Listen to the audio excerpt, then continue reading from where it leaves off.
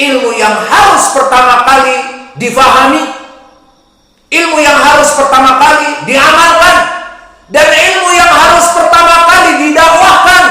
Maka setelah kita tadi mengetahui pendalilan menuntut ilmu itu wajib, fardhatun ala kulli muslim, lalu ilmu apa yang harus urgen untuk dipelajari dan diamalkan dan didakwahkan?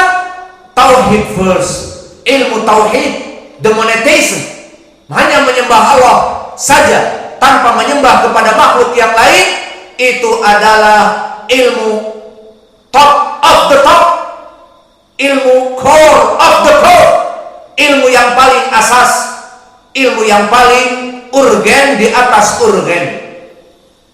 Yang mana Nabi dulu diutus mulai dari zaman Nuh sampai akhir zaman, semuanya membawa risalah ini. Like the Almighty says, "Wa ma arsalna min qablika min rasulin illa nuhi ilaihi annahu la ilaha illa ana fa'buduni." Maka maknanya, and we didn't send any messenger before you Muhammad except that we revealed to him that there is no God but me, there is no Allah but me, so worship me only. Maka di dalam ayat ini maknanya, tidaklah kami mengutus dari rasul-rasul mulai dari Nuh sampai akhir Nabi Muhammad, kecuali kami wahyukan kepada para nabi itu, kepada para messenger itu, annahu la ilaha illa ana fa'buduni, tidak ada Rabb yang berhak untuk disembah kecuali hanya aku saja. And di other ayat, dan di ayat yang lain, walaqad ba'atsna fi kulli ummatin rasulan an ya'budullah wajtanibut taghut, and we have certainly sent a messenger to every nation to worship Allah and avoid the juggernaut, and avoid the juggernaut. Maka yang maknanya walaqad ba'atsna fi kulli ummatin rasulan, maka kata Allah, pasti kami telah mengirim untuk setiap ummah yang ada para nabi padanya, kecuali kami telah mengutus mereka para nabi dengan risalah yang sama. Apa itu? An ya'budullah wajtanibut taghut, to worship Allah, He is the one and only, and avoid the juggernaut, untuk menjauhi para taghut yang disembah selain Allah. Maka oleh sebab itu, dijadikanlah oleh Allah perbuatan kesyirikan, mensyarikatkan ibadah kepada Allah dengan malaikat, mensyarikatkan ibadah Allah kepada para nabi seperti Jesus Christ, ini adalah perbuatan dosa, the big sinners, perbuatan dosa yang paling besar. Seperti Allah berfirman di dalam ayat Al-Quran, ya bunayya la tusyrik billah inna syirka la dzulmun adzim. Nasihat Luqman kepada anaknya, jangan menserikatkan Allah dalam peribadatan. Inna syirka la dzulmun adzim. Syirk is a great injustice. Syirk is the great injustice. Maka kesyirikan adalah dosa yang paling besar, kezaliman kepada Allah yang paling besar. Ini dalil di Al-Quran. And in hadith, the dalil for this, kama thabata fi sahihain an Abdullah bin Mas'ud, narrated by Al-Bukhari and Muslim from authority of Abdullah bin Mas'ud, when Nabi Muhammad sallallahu alaihi wasallam said, di saat Nabi Muhammad sallallahu alaihi wasallam bersabda, ayu dzambin a'dzam indallah, dosa apa yang paling besar di sisi Allah? When Nabi Muhammad sallallahu alaihi wasallam asked the Sahaba, which sin is the greatest in the sight of Allah? Which sins, dosa apa is the greatest, yang paling besar kezaliman dan dosa itu? Beside Allah, di samping di sisi Allah, dosa apa yang paling besar? Maka dijawab oleh Nabi kita, antaj'alallaha niddan wa huwa khalaqa, antaj'alallaha niddan wa huwa khalaqa. So to make a rival to Allah when He created you, make a rival to Allah, menjadikan tandingan-tandingan sesembahan kepada selain Allah, seperti mereka mengatakan di saat mereka berdoa for the Father and His Son and the soul of the Spirit. Maka ini adalah dosa yang paling besar, to make a rival to Allah when He created you. Di mana kamu menjadikan tandingan kepada Allah, padahal kamu mengetahui hanya Allah yang menciptakan kamu, dan hanya Allah yang membesarkan kamu, hanya Allah yang memberikan rizki dan memberikan hidayah kepada kamu. Lalu kenapa kamu menyembah kepada selain Allah, kepada Yesus Kristus? Dia makhluk, apalagi setelah itu dia diangkat oleh Allah ke langit, dan nanti akan diturunkan untuk membunuh Dajjal, seperti di Sahihain dari Abi Hurairah dan yang lainnya, tentang sifat Dajjal dan sifat Isa ibnu Maryam. Maka bagaimana kita menyembah kepada mereka para makhluk? Maka oleh sebab itu ya ibadallah, setelah kita mengetahui menuntut ilmu itu wajib, dan mengetahui ilmu-ilmu yang paling urgen di atas urgen, core of the core adalah ilmu tauhid, maka pelajaran kita, amal-amal kita, dan dakwah-dakwah kita is tauhid first, mendahulukan tauhid dari yang lainnya. Maka setelah kita memahami itu semua, kita melirik ke kiri dan ke kanan sedikit. Maka di saat kita menoleh ke kiri dan ke kanan, ternyata banyak dari kita kaum muslimin yang melaksanakan peribadatan bukan peribadatan tauhid. Maka di sana ada dai-dai yang mengajak dengan syubhat, mari kita melaksanakan rekreasi religi, mendatangi kuburan-kuburan yang dianggap para habaib, para wali, ngalap barokah, jelas kesyirikan, namun dipoles oleh mereka dengan wisata religi. Maka jika kita wisata untuk naik gunung Kerinci yang merupakan the high top mountain in Sumatera, gunung tertinggi dari atapnya Sumatera, 3.812 di atas, maka air di atas air laut, permukaan laut, maka itu lebih baik jika terus terang rekreasi naik gunung, hiking, atau rekreasi ke pantai, itu lebih baik. Namun memanipulasi umat dengan mengatakan wisata religi, wisata tetapi ada religion, ada keagamaan, apa?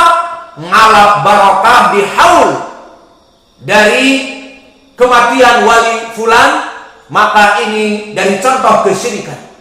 Maka kalau begitu, bagaimana kita melihat si fulan masya Allah sholat di shaf awal, bapak-bapak ini dan istrinya juga, kemudian setiap hari melaksanakan sholat, dan di saat bulan puasa melaksanakan puasa, bahkan menginfakkan takjil di masjid, tamar, air, buah-buahan, and the other.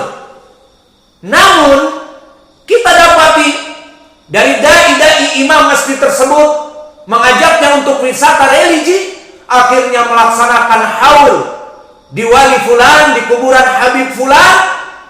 Maka mereka berdoa kepada Habib tersebut, kepada wali tersebut, ya wali fulan, sembuhkanlah istri saya yang mandul, ujung bendul dalam semak, istriku mandul banyak lemak misalnya.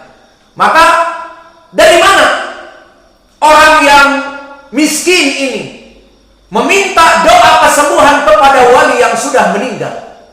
Pertama, wali itu tidak mengetahui apa yang dimintakan, dan tidak mengetahui untuk memberikan jawaban, karena semua yang meninggal terputus seperti hadis yang diriwayatkan oleh Imam Muslim dari Abi Hurairah, berkata Rasulullah sallallahu alaihi wasallam,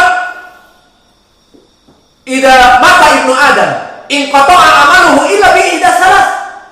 Maka Bani Adam jika mati, dia terputus amalan-amalannya dengan seluruh dunia. Tidak beribadah lagi, tidak ada salat lagi. Maka bagaimana dia mendengar manusia yang meminta pengobatan kepadanya? Dan yang kedua,